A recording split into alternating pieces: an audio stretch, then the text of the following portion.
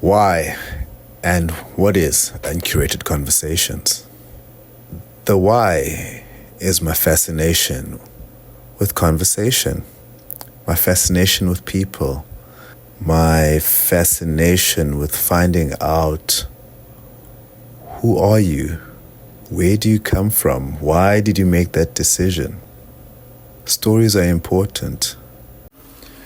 Our society is built on stories, and it's within those stories where we find resilience and hope. And my goal is that we can find that resilience and hope in each of the guests that I invite over and we have a conversation with. And for me, that is why I am fascinated by not only people, but by stories and conversations.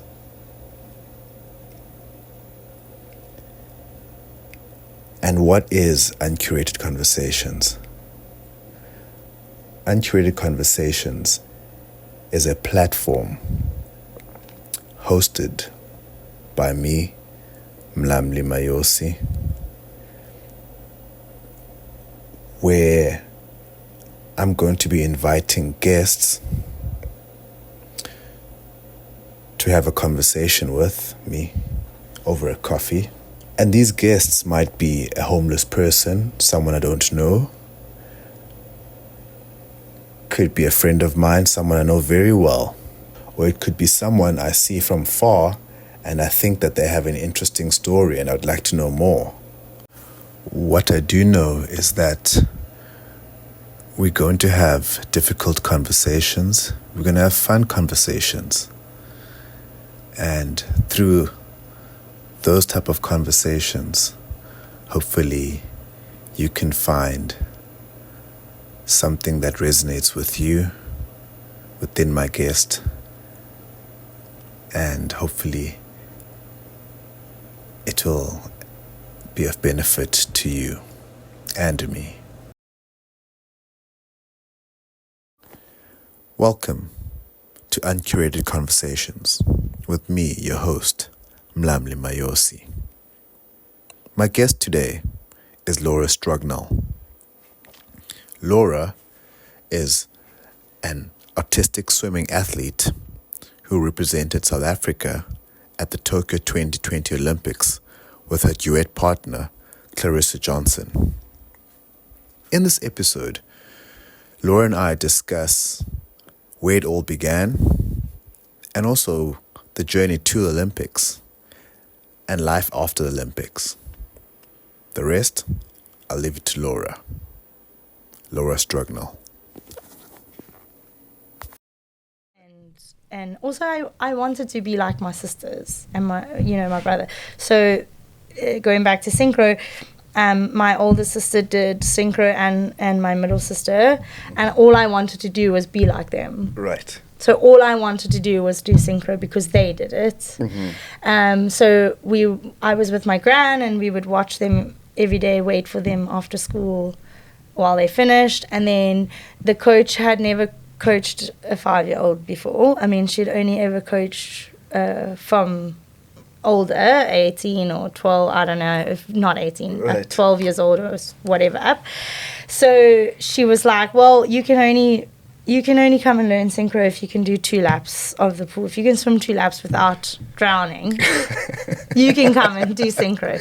So there's little Laura swimming up and down, trying to do 2 laps without stopping, with my gran on the side, walking up and down. Shame, the poor woman, she must have been on her last nerve. She literally was like, oh, what can I do to make this girl, like, just leave me alone? And then I'm like, I'm done. I can do 2 laps, now what? Right. She's like, oh my gosh. So that's where it started, and started learning to do synchro at a young age. And there was so did you start with swimming first and synchro, or was it just synchro from the bat? Our neighbor used to teach learn to swim. Okay. So we all were water safe from young. Neither of my parents are swimmers. So we did not get our swimming jeans from them. There's no swimming jeans there. But yeah, just water babies and just actually like really learned to swim through synchro. Okay. Yeah. Okay. So I didn't specifically go for like swimming lessons, just learn to swim. Right. And then synchro really, really helped me because you have to know how to swim. Oh, jeez. So it was just, surviving. Yeah. And copying and copying the older girls and then and then practicing it.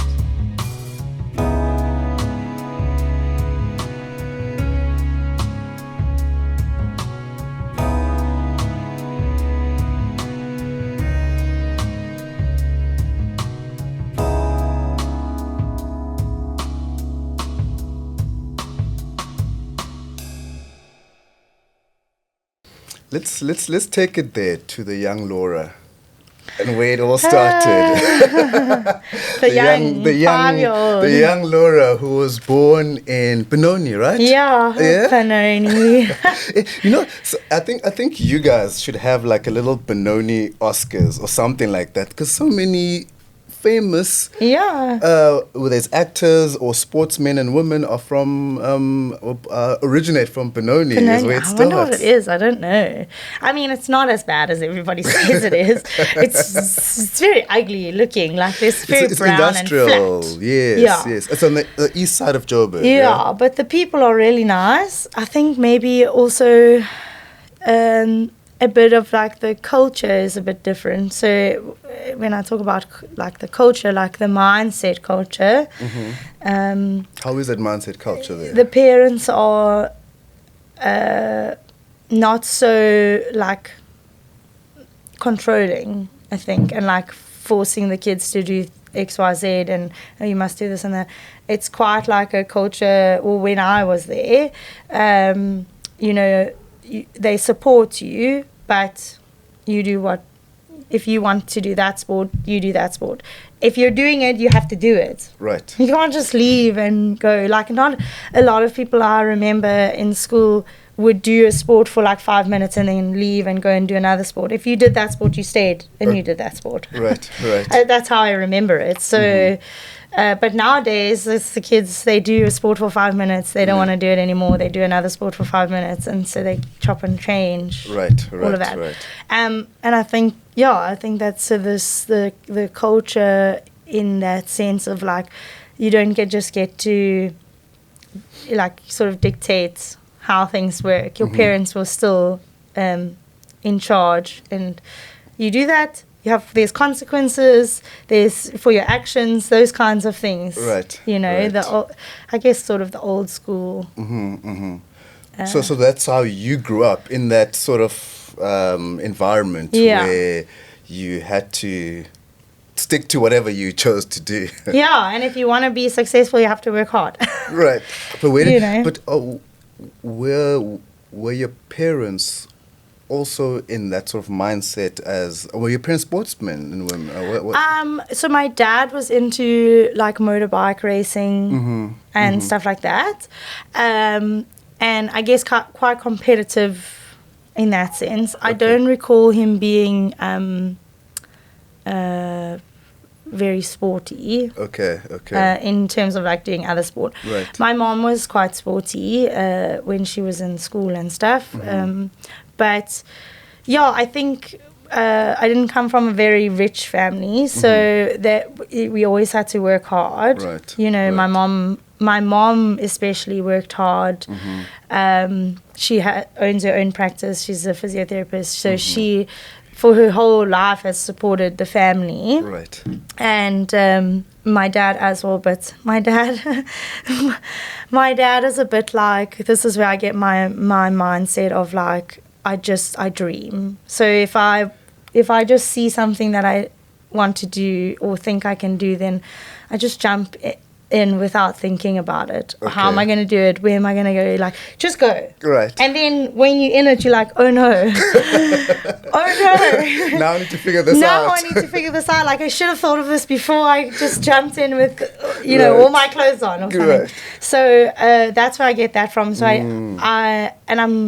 I'm proud of it because I think that's what makes me who I am. Right. But along the way, it's like I've rushed to do everything. Like I'm always in a rush to do everything. And I've been like that, I think, since I was born. I was just born early. Really? My mom says, she's a rush to get you. Whereas my mom is more of the, like, I guess, like, stable sort of. She's done this physiotherapy and she has her own practice and she's been supporting the family and working hard. And so I get that from her. Right. You know, right. and then, like, I think just learning from both of them or having well, it sounds like the normal personalities. yin and yang type of relationship where, you know, where your mom is the calming effect and then your I wouldn't dad say calming, but the high octane motorbike guy, your Yes, dad, and then your mom is the physio. She's you know, the realist. Exactly. And my dad's was the dreamer, Right, you know. right. And just did what he wanted to do. Which So is now in totally- Benoni, attended primary school there. Yes. So I went to primary school, and then my sisters both did synchro. My older sister actually started synchro in high school. How old was she? I think she must have been in grade 8. So what is that, like 14? Okay. 14, I think. Right. So you've got 2 siblings. yeah, so I had 3. Right, yes. There was actually 6 of us. Okay. My dad had 2 from a previous marriage, Okay. much older than us, and then 4 with my mom. Right. So there were 6 of us. Okay. There is now only 4 of us Right. left. Both brothers. So my half brother and my full brother. I don't know Okay. what you call it. Full brother. Your biological My brother. biological brother passed away. Okay. So yeah. And then there's 4 girls left. So in your biological family, are you the second, third boy? I'm the baby. You're the baby. I'll say that also. I'm the baby. And my mom had me and then went back to work like 2 weeks later. Oh wow. Yeah, and then so my gran would look after me. My mom worked from home. Okay. So she had her practice at home. So it's not like she wasn't there. But I think like I was quite independent from young, and after 4 kids, my mom and my dad are like, you can survive on your own. Like, you've got siblings, they'll help you. Yeah. Well, the funny thing is, so the firstborn always gets all the drama because he's the first one, so he's the first experience. Yeah. Then the ones in the middle, so the parents have Kinda learned from the forgotten about. first, so they forget about the one in the middle. The one at the end goes either way. You either get spoilt by your siblings and then your parents because you're the last one, or everyone's like, you're the last one, you're the fourth one. We've been there 3 times already. So yeah, you could carry on. So I think I was a little bit spoilt in the fact that like I never got smacked. Okay. Like when I was a child, I never really got into trouble. Okay. And then, I wasn't too naughty, but I never really got into trouble, and I could sort of do whatever I wanted. Right. And I was a little bit spoiled as well because I was the youngest, so I was always, whenever the other siblings were out or whatever, I would be the one around. So when we went to the shops and stuff, right. You know, I got the candy and the whatever, everything, yes. and we would go to the shops with my mom and stuff. So I think like in a way spoiled, but also in a way like left to be independent and also I wanted to be like my sisters and my brother. So going back to synchro. My older sister did synchro and my middle sister, and all I wanted to do was be like them. Right. So all I wanted to do was do synchro because they did it. So I was with my gran, and we would watch them every day, wait for them after school while they finished, and then the coach had never coached a 5-year-old before. I mean, she'd only ever coached from older, 18 or 12, I don't know, if not 18, right. 12 years old or whatever up. So she was like, well, you can only you can only come and learn synchro if you can do 2 laps of the pool. If you can swim 2 laps without drowning, you can come and do synchro. So there's little Laura swimming up and down, trying to do 2 laps without stopping, with my gran on the side, walking up and down. Shame, the poor woman, she must have been well, on her last nerve. She literally was like, oh, what can I do to make this girl, like, just leave me alone? And then I'm like, I'm done. I can do 2 laps, now what? Right. She's like, oh my gosh. So that's where it started, and started learning to do synchro at a young age. And there was So did you start with swimming first and synchro, or was it just synchro from the bat? Our neighbor used to teach learn to swim. Okay. So we all were water safe from young. Neither of my parents are swimmers. So we did not get our swimming gene from them. There's no swimming genes there.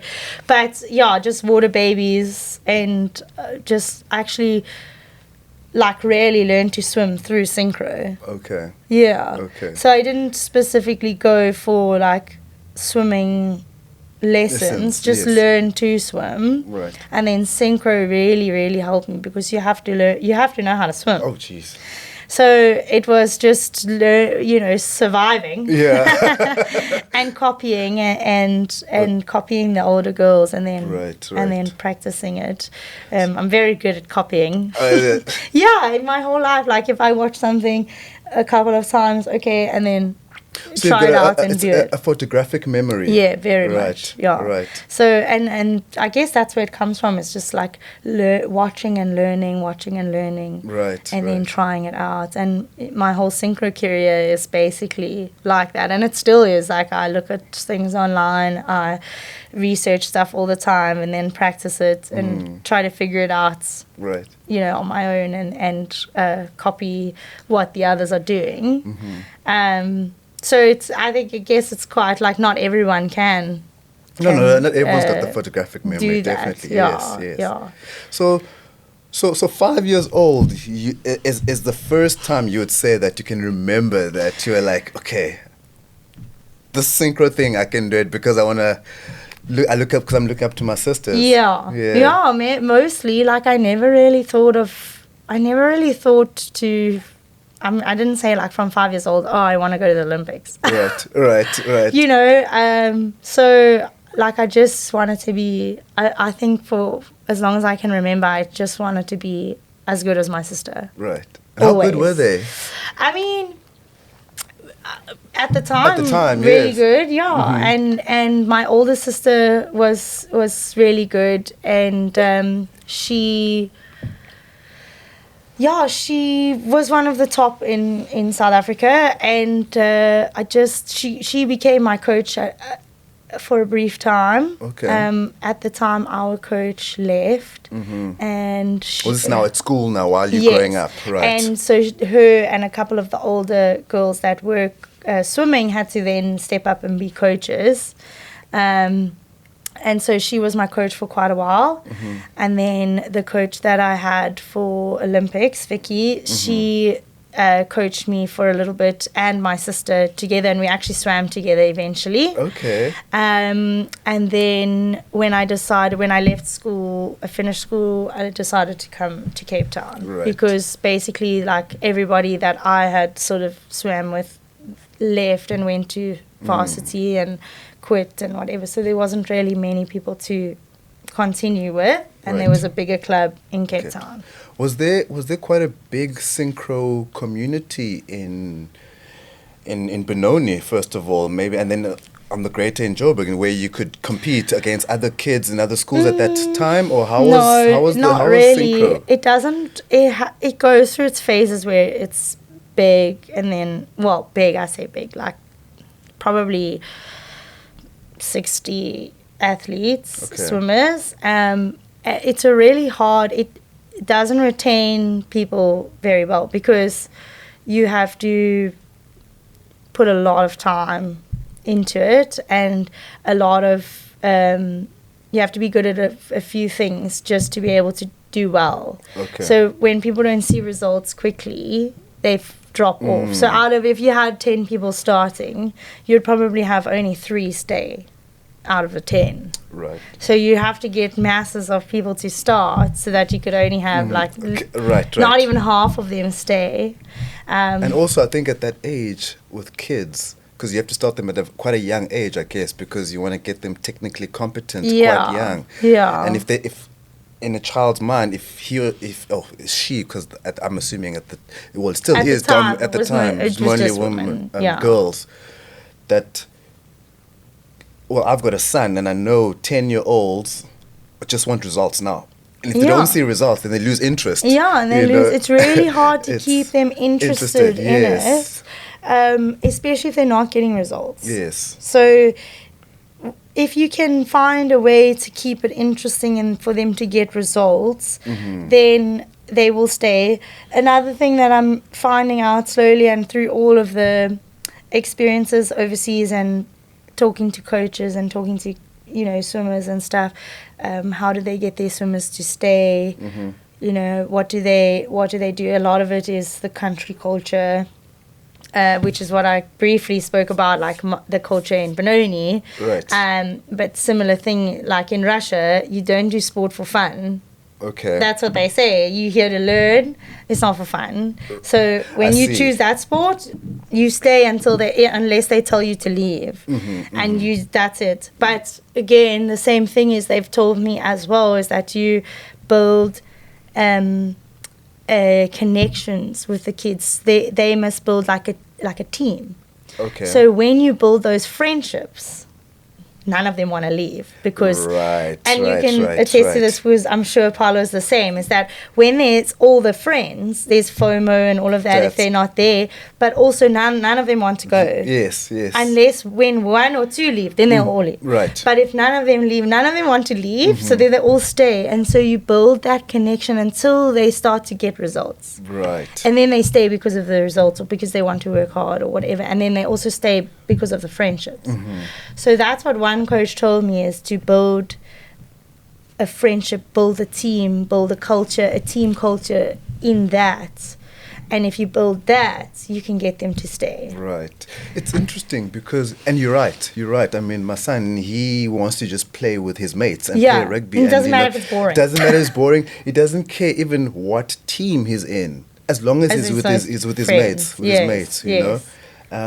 And I think I think to take it further, and I think maybe kids don't really understand this. Maybe they do, but if you are the odd one out and you decide to leave, I think psychologically you feel like you're letting down the other group. Yeah. So you'll sort of, even if you might not like it, I don't know, but maybe you'll stay in because of that feeling that you're letting the other members down. So let me just stick it out. And also I'm there with my friends anyway. Yeah, it's true. And then only when they get to an older age, they realize they can leave and because they don't like it anymore, they don't enjoy it, and they need to choose themselves over their friends so hopefully by that stage you're creating, or you've created, a culture that's a healthy environment, and that it doesn't matter about the results, that it's more a team building, team bonding sort of thing as they're learning. But I guess you're also speaking to team sports here, right? Yes. The individual sports, like a golfer or a tennis player, that's a different mindset altogether, with that child. Yeah, it is. But I think in the individual sports, you could get a team because they train together. Right, okay, at that age. So you could, like at with swimming, they're all individual, but you've got a squad. Right.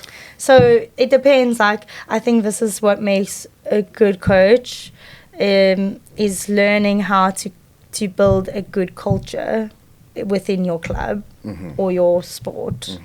So, and that's what I'm currently focusing on going forward, is if I'm going to be a coach, is building how to build a good culture that's not a toxic, because I came from lots of toxic environments, toxic coaches, maybe some unknown issues from like built up from childhood that you don't realize actually affects you later. So it's just trying to figure out, going forward, I want to build a good culture within synchro if I can, and then How was the culture when you were growing up as a 16-year-old synchro swimmer? I think it was good. Like I don't recall. I mean, I was always the youngest, so I didn't have too many friends at my age. So I didn't have that same like bond and culture with friends that the others did, and I sort of stayed because my sisters were there and like I looked up to them. Right. But I don't recall it being toxic at all. I do think that like we could have learned better technique and focus more on technique and stuff, that's a fine line, right? So if you're focusing on technique, it becomes boring. Yeah, exactly. That's right. Yeah, because it's repetitive. Yeah. So now you've got to try and figure out how do we get good technique and keep it interesting. And make it fun and make them want to stay and stuff like that. So and then I think what happens is when a club starts to win, the culture starts to change, or the coach's ego starts to change, and then it all becomes about winning. Right. And then it's winning at the cost of the emotional state of the athletes and becoming I think coaching without realizing you become a little bit emotionally abusive towards your athletes because you're not getting what you want from them. Right. And you don't have other people accountable to you as a coach to keep you accountable. Right. So I think it's really easy for people to fall into that, to slip into that, to like, you don't realize it because I don't think people are always like, I mean, some people maybe, but I think ego gets in the way when you become a coach eventually, and you lose sight of what you actually there for, Why do you think that is? I mean, because you would think that you coach a sport for the love of the sport and to give back to the sport and your experiences as that the sport gave you, right? And then you can give it back to the youngsters. In most of the times, whether the 10-year age gap between the coach and the athlete, but you are always the oldest in that environment, So there's a mentorship type of relationship that also comes with that. But you mentioned winning at all costs, but where else does it come from as a coach? I mean, do you think where does it change? Power. I think power has a lot of things, control over people. I mean, you see it in like politics and everything. When people get a certain amount of power over other people, they change. And so I think it's similar in coaching, is that because I've felt it myself, is that when coaches get very controlling and then start to get upset with you when you set boundaries, and then you're seen as difficult and you're seen as, a problem. But in actual fact, you're setting boundaries. Yeah. Because as you get older, you start to realize what is happening. And so you're able to set boundaries. Yes, right. And so I think it's definitely a case of like when people get power over other people or a situation or whatever. So coaches they have a lot of power over, especially young kids. Young athletes, who don't have the vocabulary to be able to talk for or themselves. Or don't understand or just do what you say because you're the older person. And I mean, young athletes, a teenage athlete, where does he have the mental maturity to be able to set boundaries for themselves? Yes. They don't have that. No, they don't. Their brains haven't developed that. So, they don't have that. Exactly. Yeah. And so I think then naturally people start to push and push and push and see how far they can push to get control over whatever. I think that's where it's come from. Like I think about it often, especially now, going into a little bit of coaching, and I'm afraid like in all honesty, I'm afraid to step into that role as a coach, because it's a lot of pressure, and I don't want to be like what I've experienced. But I think it's quite hard as well to like keep yourself in check, you know. So it's I need to put my phone on silent. No, thanks for that honesty. It's Let me just I put think this on silent. Sorry. it's unacceptable. Sorry. No, it's fine. Thanks for the honesty, because A little tearing up a little bit. No, it's fine.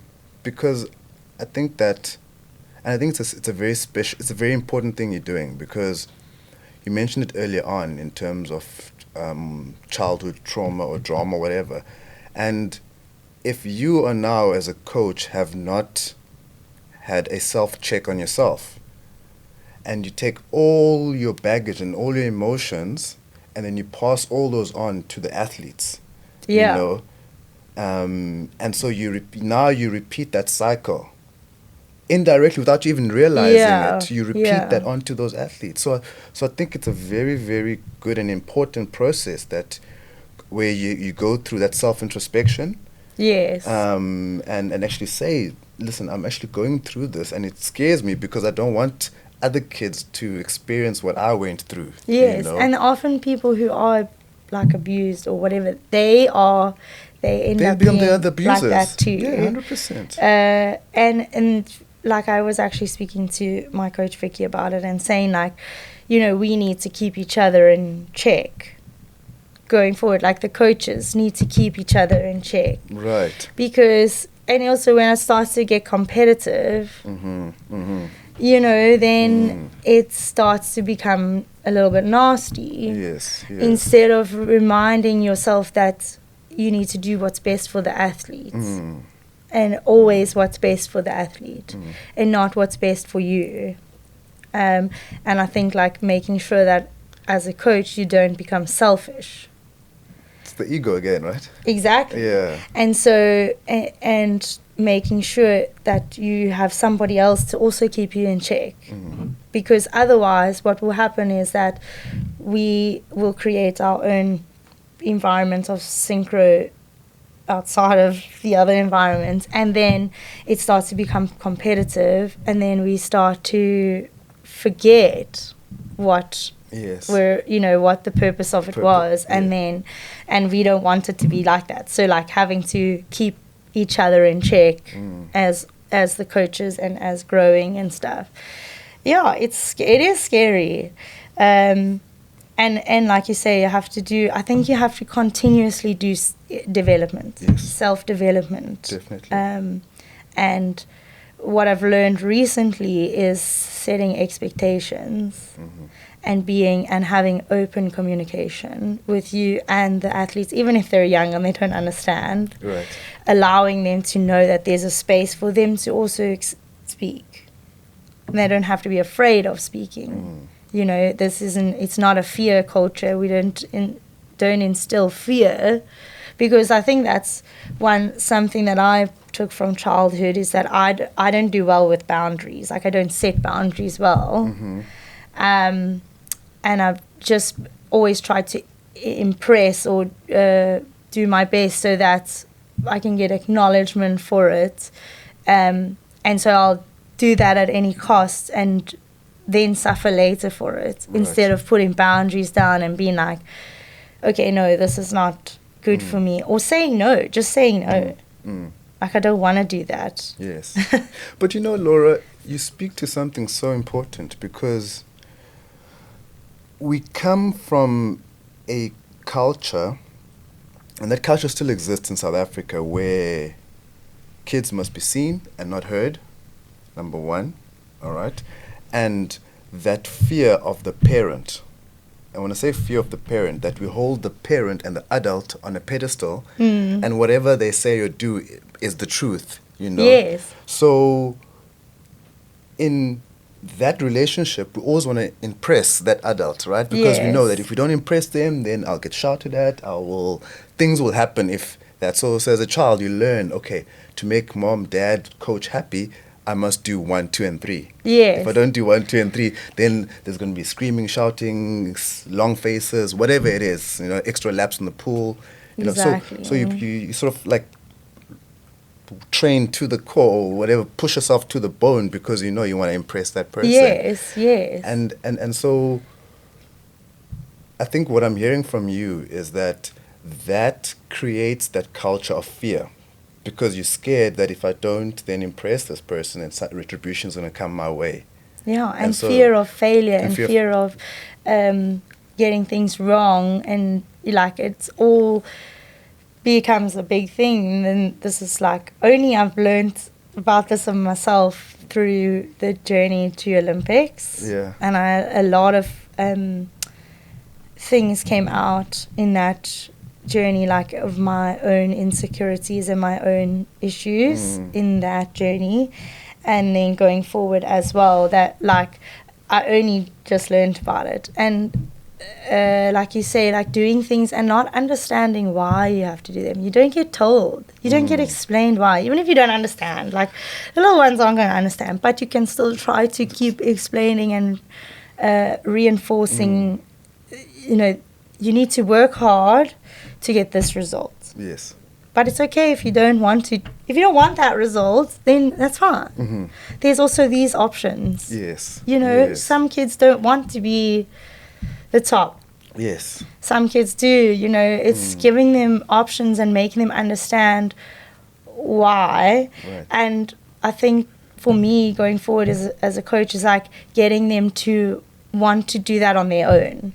So understand, this is what it takes to do this is what it takes to do this is what, and then now you choose. Right. You choose what path you want to take. I'll support you in whatever path that is. Right. And then there are things that you do need with that pedestal and respect and stuff, because if they don't respect you and they don't trust you and they don't, then it doesn't work either. So it's like, it's a fine really line hard. It's a fine line. Treading. Yeah. Right. I'm not quite sure how to navigate that. For you, having done that work, are there moments growing up where you can identify that, okay, that's where that started, with that experience, or something happened to you, in terms of just that need now to impress and train to, yeah. I mean, I worked with psychologists and stuff before, and identifying like being the youngest and trying to fight for attention, and the way to get attention is to do well. Right. So excel. Right. And so not necessarily a bad thing, because you're excelling, but it's for attention. Your why. Yes. And so a lot of that, it was growing up, and I only realize now, to excel was to get recognition, for attention. And I think it's quite obvious in a lot of people as well, is for recognition, attention, and so forth. But also picked up on like my mom working so hard, and working long hours and doing what she needed to do to support us. 100%. Not necessarily, again, a bad thing. Like, I never came from a bad childhood. Like, I never came from a bad home. Like, my parents were great. They did what they needed to do. They raised us really well. They weren't abusive at all, like that kind of thing. But just learning from my mom, and then I took that on, and all three of me and my sisters adopted that kind of work ethic, which is not bad, but it's also can be detrimental, where you can't put boundaries and you can't say no, and you keep just working yourself to the bone. So it's that, kind of thing. Yes. And it's not your mom's fault either, because I mean, she had no idea. 100%. I mean, she had to support us. Exactly. She had to do what she had to do. So it's just like small things like that. You can't. Doesn't mean you're a bad mother. Yes. Like I think it's great, and I'm glad, because I have that work ethic. Right. So if she wasn't like that, maybe I wouldn't have that work ethic, and then I wouldn't get to where want to be. Right. On my own, at Right. least. So just small things like that from my childhood. But I didn't really, I grew up in a good Right. home. Right. We like struggled financially a lot, but and that makes you stronger and harder, but it makes life a lot harder. Yeah. Always. But resilient though. Hey, Yeah. I mean, it sounds like you didn't go to bed with on a hungry stomach. No, never. No, like they always provided for us. We Yes. just like didn't always have luxurious things, but we always ended up somehow, you know, doing what we needed to do, going overseas. Like we weren't, if you compare us to families who didn't have food on the table, not like that. I'm pretty sure, maybe, I don't even know, but maybe at times there was no money in the bank account. Right, But my parents didn't let us know, you know. So we had a good home, Right. and a good upbringing. Just a few things that you take with you that you don't realize can be detrimental in some ways, and you don't realize it until you sort of do the work. Yes, yes. So now you high school synchro swimming, everything's competition wise. Are you winning any competitions? Are you So I didn't always win. Yeah. I used to come like fourth, fifth. Okay. And I worked hard to get to the top. So there were a couple in my age group that were quite good, and then, you know, eventually I got to the top, and then What's the top? I mean, what age group are we talking about here? probably like 16 to 18 age Okay. group. Maybe 13 to 15. I remember winning like the solo event, so I was quite good at solo because I didn't have duet partner and stuff Okay. at the time. And then only much later than I got a duet partner, and then she went off to university, and then I moved to the club in Cape Town, and then kind of lots of people left, so then you're like automatically at the top. Right, right. So a lot of the time I like sometimes didn't feel like I deserved to go to world champs or whatever, because I hadn't put in, you know, all the work that the rest of the world does. But how do you know that? Are we talking now while you're 18, 19? Yeah, so I went to my first world champs in 2011 when I was 17. Okay. Yeah. Okay. So I went to two internationals when I was younger. And then when I was 13 to 15 age group. And then my first world champs was when I was 17. Right. So when you see the rest of the world and they're training like full time. But while you're in South Africa, you don't see that. You only see it when you get to the competition, and then when you watch the other guys. You're like, I mean, you know that they're really good. Right. You know, but you don't really know until you get there. My first world champs was awful experience. Tell me about that. Oh my gosh, it was so awful. Like in terms of we were not prepared as usual.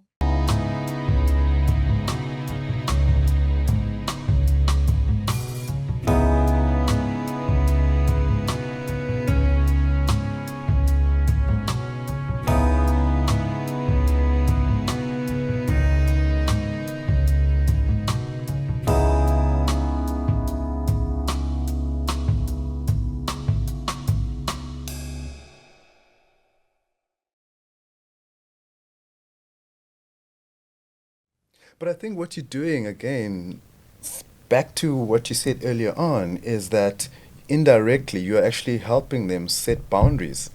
Yes, which is what I didn't have.